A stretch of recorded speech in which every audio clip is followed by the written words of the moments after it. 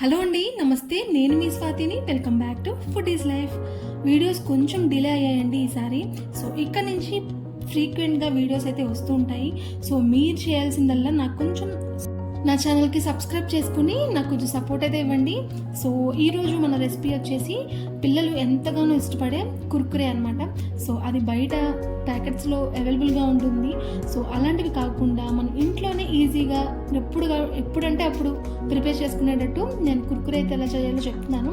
So ముందుగా ప్రాసెస్లోకి వెళ్ళిపోతే ఫస్ట్ ఒక కప్పు మనం పేపర్ అటుకులు అంటారు కదా, సో పలచటి అటుకులు అనమాట. సో తీసుకుని మిక్సీ జార్లోకి అయితే వేసుకోవాలి. మనకి ఏ కప్పుతో అయితే తీసుకున్నామో అదే కప్పుతో మిగిలిన కొలతలన్నీ కూడా తీసుకుంటాము. సో అటుకుల్ని బాగా మెత్తగా అయితే మిక్సీ పట్టేసుకున్నాను. ఇక్కడ చూపిస్తున్నాను చూడండి. ఇంత మెత్తగా అయితే అటుకుల్ని ఫస్ట్ మిక్సీ అయితే పట్టేసుకోవాలి. ఆ తర్వాత వీటిని ఒక బౌల్లోకి అయితే ట్రాన్స్ఫర్ చేసుకోవాలి. ఇందులోకి మనం ఏ కప్పుతో అయితే అటుకులు తీసుకున్నామో అదే కప్పుతో పావు కప్పు శనగపిండిని తీసుకున్నాను. ఈ రెండు కూడా బాగా మిక్స్ అయ్యేటట్టు స్పూన్తో కానీ లేదా చేత్తో కానీ ఉండలు అయితే అస్సలు ఫామ్ అవ్వకూడదు. అలా అయితే కలిపి పక్కన పెట్టేసుకోండి. ఇప్పుడు ప్యాన్లోకి ఒక కప్పు వాటర్ అండ్ అలాగే టేస్ట్కి సరిపడా చూసుకుని సాల్ట్, ఈ రెండు కూడా వేసేసుకుని తర్వాత మనం కలుపుకున్న అటుకులు అండ్ అలాగే శనగపిండిని ఇందులోకి అయితే వేసుకోవాలి. మనం ఎక్స్ట్రాగా ఎటువంటి వాటర్ అయితే కలపవసరం లేదు. ఒక కప్పు అటుకులకి ఒక కప్పు వాటర్ అయితే ఖచ్చితంగా సరిపోతాయి అన్నమాట. సో నేను ఇక్కడ మీకే కలిపి చూపిస్తాను చూడండి.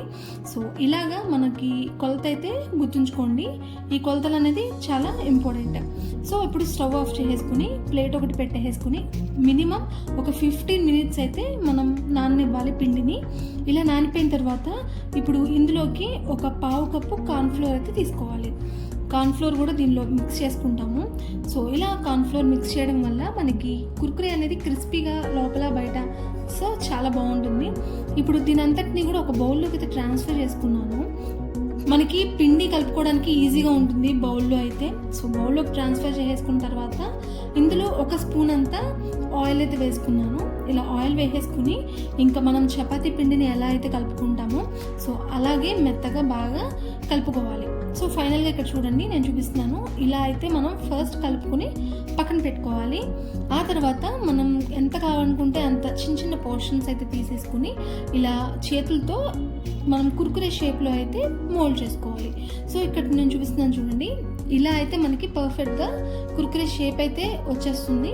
ఇప్పుడు దీన్ని మనం అన్నీ కూడా ప్రిపేర్ చేసుకుని ఒక ప్లేట్లోకి అయితే రెడీగా పెట్టేసుకుంటున్నాం. అన్నీ కూడా ఒకేసారి చేసేసుకుంటే మనకి అన్నీ కలిపి వేయించేసుకోవడానికి ఈజీగా ఉంటుంది.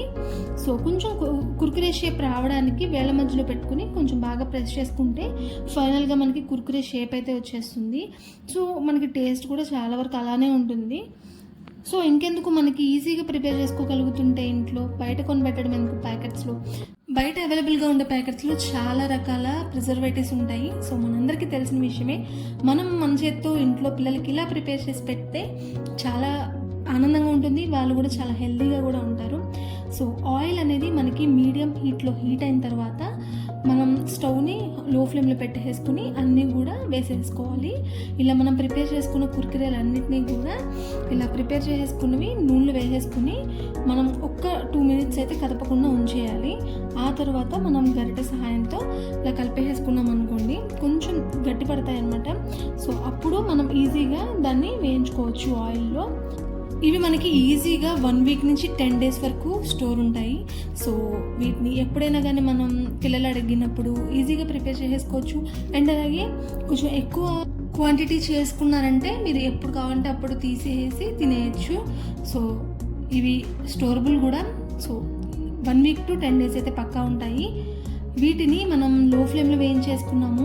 ఇలా కలర్ చేంజ్ అయింది అనుకున్నప్పుడు వీటిని ఆయిల్లోంచి తీసేసుకుని పక్కన ప్లేట్లో వేసేసుకోవచ్చు. ఫ్రై చేసుకునేటప్పుడు మాత్రం మనం లో ఫ్లేమ్లో చేసుకున్నాం అనుకోండి లోపల మెత్తగా బయట గట్టిగా అలా ఉండకుండా అయితే ఉంటాయి. సో ఇప్పుడు మనం ఇవన్నీ ప్రిపేర్ చేసుకున్నాం కదా, వీటన్నిటిని కూడా ఒక బౌల్లోకి అయితే తీసేసుకున్నాను. ఇలా దీనిలోకి సరిపడా సాల్ట్ అండ్ అలాగే కారము అలాగే చాట్ మసాలా అయితే వేసుకున్నాను. సో మీరు ఏదైనా అవైలబుల్గా ఉంటే అమ్చూర్ పౌడర్ కూడా వేసుకోండి, బాగుంటుంది. సో ఇవన్నీ కూడా ఒకసారి బాగా కలిసేటట్టు మిక్స్ చేసేసుకున్నాను. మనకి కుర్కురేలు అనేవి ఎంత క్రిస్పీగా వచ్చాయి అనేది ఇప్పుడు నేను చూపిస్తున్నాను. సో చూస్తున్నారు కదా, బయట అయితే ఎంత క్రిస్పీగా క్రంచీగా ఉన్నాయో లోపల కూడా సేమ్ అంతే క్రంచీగా అంతే క్రిస్పీగా చాలా బాగుంటాయి. సో మనకైతే ఈ కుర్కురే ఎలా ప్రిపేర్ చేసుకోవాలి అనేది చూసేశారు కదా. సో దీన్ని మీకు ఎవరికైతే యూస్ఫుల్గా ఉంటుంది అనుకుంటున్నారో వాళ్ళకైతే షేర్ చేయండి. ఈ వీడియో మీకు నచ్చినట్లయితే ఇప్పుడే నా ఛానల్ని సబ్స్క్రైబ్ చేసుకొని నాకు సపోర్ట్ ఇవ్వండి. Thanks for watching.